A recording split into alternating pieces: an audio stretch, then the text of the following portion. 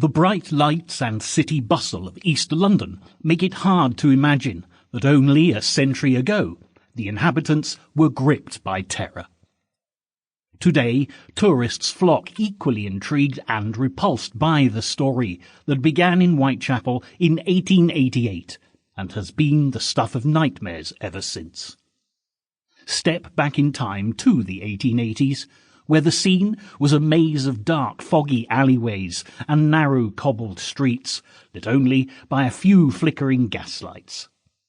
Several days a week, Commercial Street housed the market traders selling wares from wooden carts, but in 1888 there was an atmosphere of panic among the inhabitants of Whitechapel. One name spread fear through the suburb, as for the first time its whisper echoed through the streets: Jack the Ripper.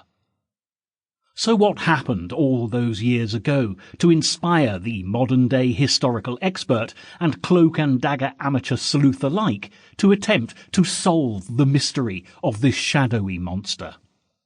Our story begins on the 3rd of April 1888, when Emma Elizabeth Smith was walking near to the lodging-house where she'd been dossing at 18 George Street, Spitalfields. It was Easter Tuesday and followed a weekend of seasonal parades and festivities around London.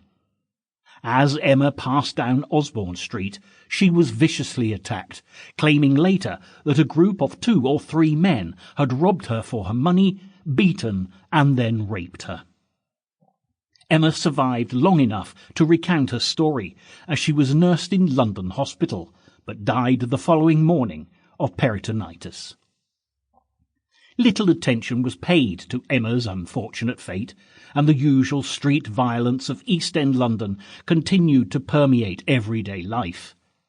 However, on the 6th of August, another prostitute met a violent end.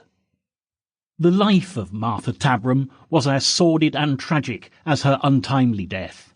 By only 20, it was obvious that her heavy drinking would eventually lead to her demise. Martha's husband, Henry Tabram, tolerated his wife's drinking habits for 6 years before leaving her. Martha's next relationship with Henry Turner met the same fate after 12 years, and as a result, like many women in East London in Victorian England, Martha turned to prostitution to finance her alcoholism. It is probable that she had begun soliciting in the later stages of her relationship with Henry Turner, as her great friend, the feisty Pearly Poll, was a prostitute and probably encouraged.